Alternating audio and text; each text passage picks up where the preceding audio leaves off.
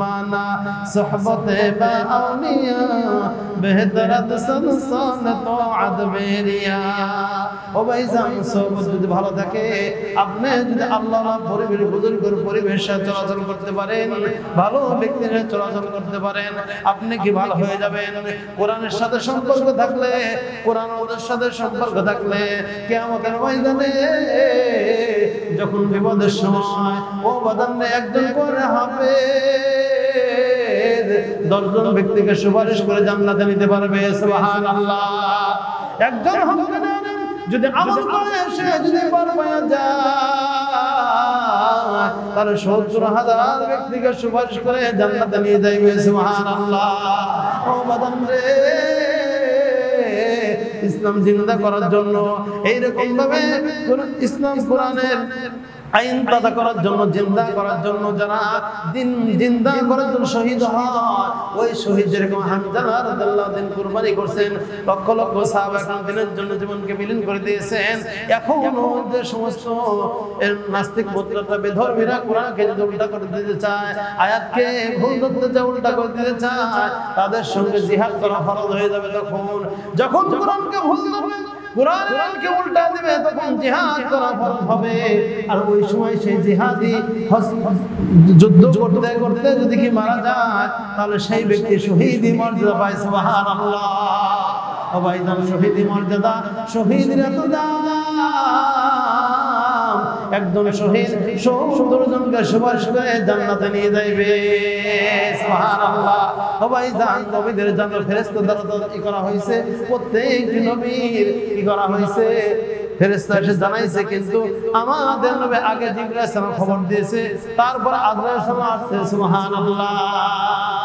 এবং কি বাদান রে আর শহীদদের জন্য আল্লাহ তাআলা কুদরতে হাত ধরে কবজ করে সুবহানাল্লাহ সেই জন্য ভাই দোস্ত মুহতারাম আমাদের সম্পর্ক ভালো ব্যক্তির সাথে থাকতে হবে কোরআনের সাথে সম্পর্ক থাকতে হবে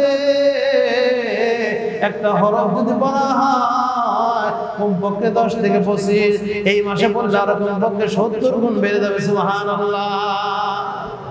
একটা খতম দিলে 70টা কোরআনের খতমের সওয়াব পাবে সুবহানাল্লাহ বলি তাই বলি খালি রমজান মাসে পড়া লাগবে মাহবুবরা তো আমার লাইফে যত যাচ্ছে মনে শুনবেন খালি তো রমজান মাসের জন্য কোরআন নয় মানুষ মারা গেল ওই সেই কোরআন পড়ে তাছাড়া হারাম আসর খুঁজে দেখে না ঠিক কিনা কিন্তু বাদান রে যুবক ভাইরা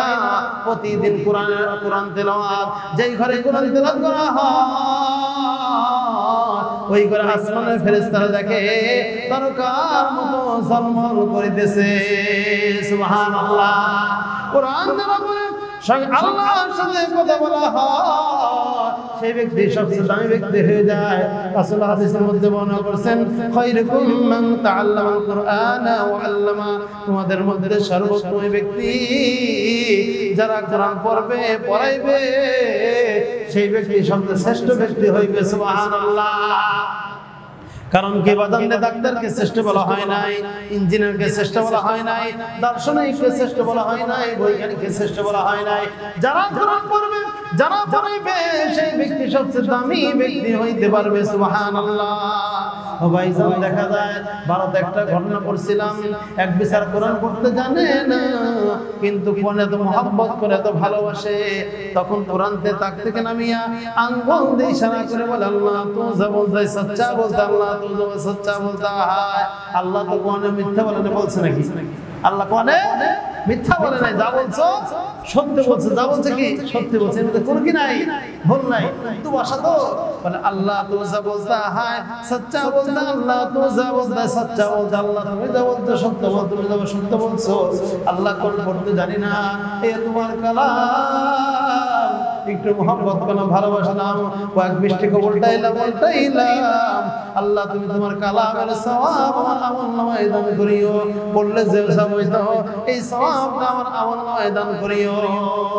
সুবহানাল্লাহ ও ভাই জান অনেক দিন কয়েক বছরের আমল করতে করতে করতে করতে বিছানা মারা যায় আহারে মারা যাওয়ার পর জানাজা করবে এরকম কোন আলেম পাওয়া যায় না আগে তো আলেম ছিল ওলামায়ে কেরাম খুব কম ছিল আগেকার যুগে ঠিক কিনা একজন বেচারা মাদ্রাসায় কয়েক বছর পড়ছে, যা তো এই সমস্ত বক্তব্যে যে কোনো বক্তব্যে যদি হুজুরের কাছে ভালো মতো 6 মাস 1 বছর পরে সে জানাজা নামাজটা পড়াইতে পারবে, শিখতে পারবে। নিজের সন্তানের জানাজা নিজেই যখন পড়াইবে আর চোখের পানি পড়ার সঙ্গে সঙ্গে আল্লাহ তাআলা বাম্মার গুনাহ মাফ করে দিবেন, সুবহানাল্লাহ। তখন আর কোনো হুজুর পাই না পর কারণে একজন বলে, ভাই আমি কি করেছিলাম, কিছুদিন মাদ্রাসায় পড়ছিলাম,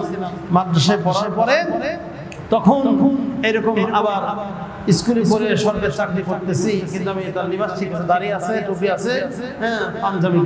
ঠিক আছে, ইসলামী সুন্নতি পোশাক আছে। বলছে ভাই কেউ হুজুর না পেলে আমি জানাজা নামাজ পড়াই দিই। তখন সেই বিচারা জানাজা নামাজ পড়াইছে, জানাজা নামাজ পড়ার পরে তখন এরকম ভাবে নিজেই সাথে নামছে, কবর নামছে, কবর নামার পর লাশটা নামছে, নামার পর হ্যাঁ যখন কাপড়ের কাপড় দাফন করা শেষ, মাটি দেওয়ার পরে যে অফিসে চলে গেছে, যা তার আইডেন্টি কার্ডটা আর খুঁজে পায় না, একটা কার্ড আছে চাকরির, সেই কার্ডটা খুঁজে পাচ্ছে। চিন্তা করলাম কবরে হামল ছিলাম, সাইড দিয়ে কবরেই পড়ে গেল নাকি। হ্যাঁ তখন সে পরের দিন আমার যাকে কবর মানে যে খাটালে সরাইছে, দেখে কি সেই কবরটা ফুলের বাগান রয়েছে, তারপর কার্ডটা পড়ে সুবহানাল্লাহ। ও বাদাম রে ভাই জানেরা, এত বড় দামি, এত বড় দামি। তখন বললো কি ব্যাপারে, জান্নাতের বাগান, ফুলের বাগান হয়েছে কারণ কি, মানে আল্লাহ বুজুর্গ মনে হয়, যে আল্লাহ বুজুর্গ না হইতো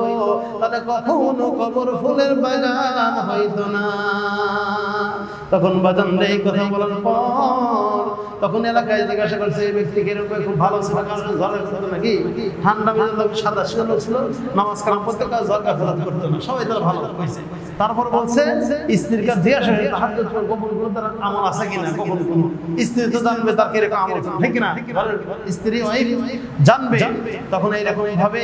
বলছে আপনার স্বামী কেন, আলহামদুলিল্লাহ ভালো ছিল, সুবহানাল্লাহ। তিরমিজি হাদিসের মধ্যে বলছে কোন স্ত্রী যে সাক্ষী দেয় আমার স্বামী ভালো ছিল, ওই স্বামী জান্নাত পায়, সুবহানাল্লাহ।